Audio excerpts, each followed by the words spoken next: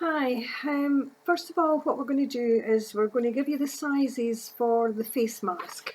Now this is for an average pleated one. It's 10 inches wide and 15 inches long. The lining is 10 inches wide and 7.5 inches long. Okay, so that's your sizes of fabric. The fabric I'd like you to use is as close woven as possible.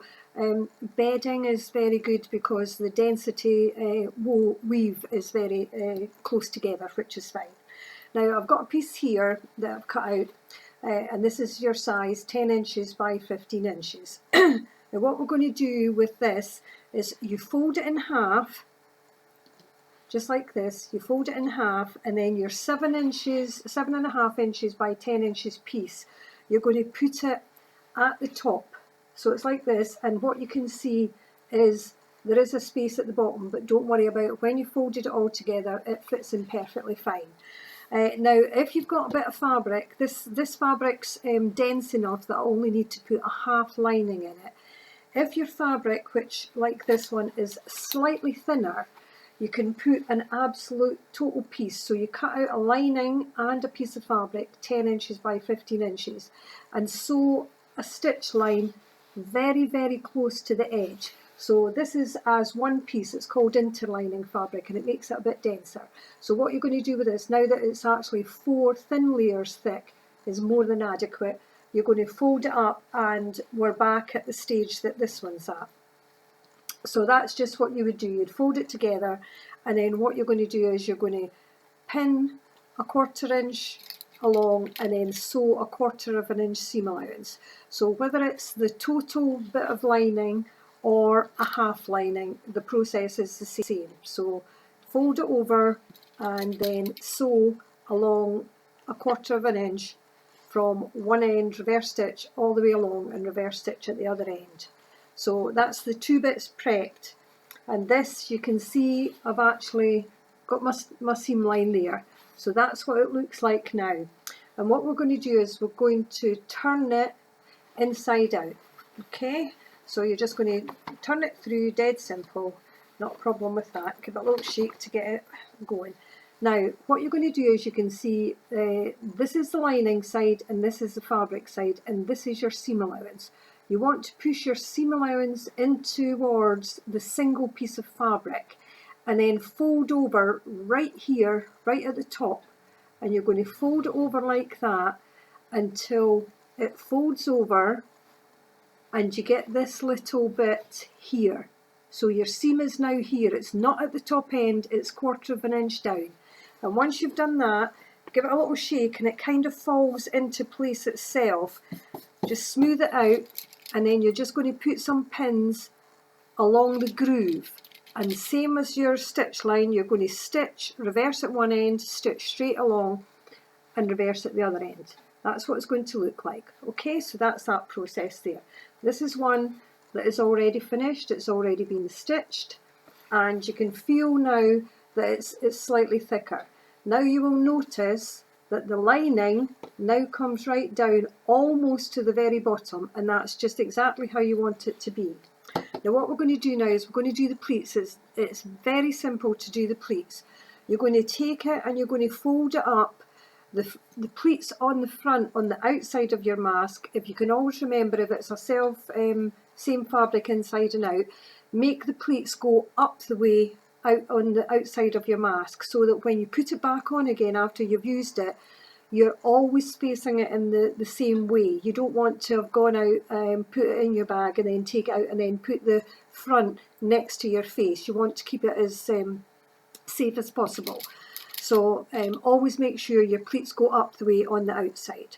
So you're going to pleat it, and it's quite simple. You don't want to overlap the pleats. What you want to do is you want to get them sitting right next to each other like this.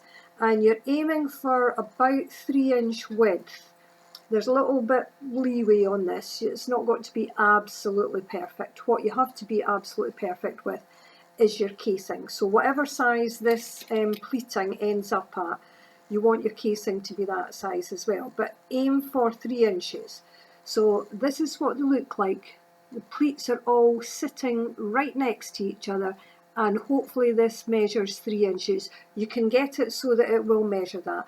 Then what you're going to do is you're going to turn it round and you're going to do the exact same process on the other side. If you lie it down in front of you, your pleats pretty much fall into place. So that's that one there. Right, so this is it here. We've pinned the pleats all in place, and then once you've done that and it's a nice neat line, you're going to do a tiny top stitching quite close to the edge. We don't want it way down here because you're going to see that stitching once the whole thing's finished. You want to keep it quite close to the edge because it's only just going to hold the pleats in, and that's what you're going to do. This is your casing. Now what I've done is, it was a great big long piece, and I hemmed down one side, I measured it and made it 3 inches wide and hemmed down the other side, so that my pleats are 3 inches and my casing is 3 inches. And then the depth of it is 2 3/4, and that gives you enough for a seam allowance and then to turn it over with enough space to put your elastic through. So basically, once you've measured this and got your pleats in with your pins in and you stitch it, what you can do to make sure both sides are the same, fold it over and just make sure that they're exactly the same or very, very close to it. You don't want one narrow on one side, it doesn't look right. So that's it, pin it first, do the other side, top line of stitching. So that's that. Then what you're going to do is, and that's your casings that you've done. So your casing is going to be laying on, you want it to butt up right at the very edge so there's nothing sticking out, either the inside or the outside, and you want it to end up like that. You want to reverse stitch, straight along and reverse stitch, and that's what it's going to look like. Okay, so now what you're going to do is you're going to fold it up, you're going to turn in the end, and then you're going to come along, and what you want, a nice neat edge. So what you want to do is you want to have both the original stitched edge and the folded in edge that you've just got just now to be level. Now if you do that, once you do your top line of stitching, you're going to see absolutely no stitching except the top line. Now you want a nice neat finish, but it's got to be big enough for your pin to go through. So if you make it about 3/4 of an inch finished size, that's fine, but just make sure these butt up next to each other. This is the finished one. You can see one line of top stitching here and one line of top stitching there. And then you're going to get your elastic 10 inches long, and then you thread it through your casing with your pin. And because everyone's face head is different size, if you're doing it for your own self, then you can adjust it and finish it off immediately.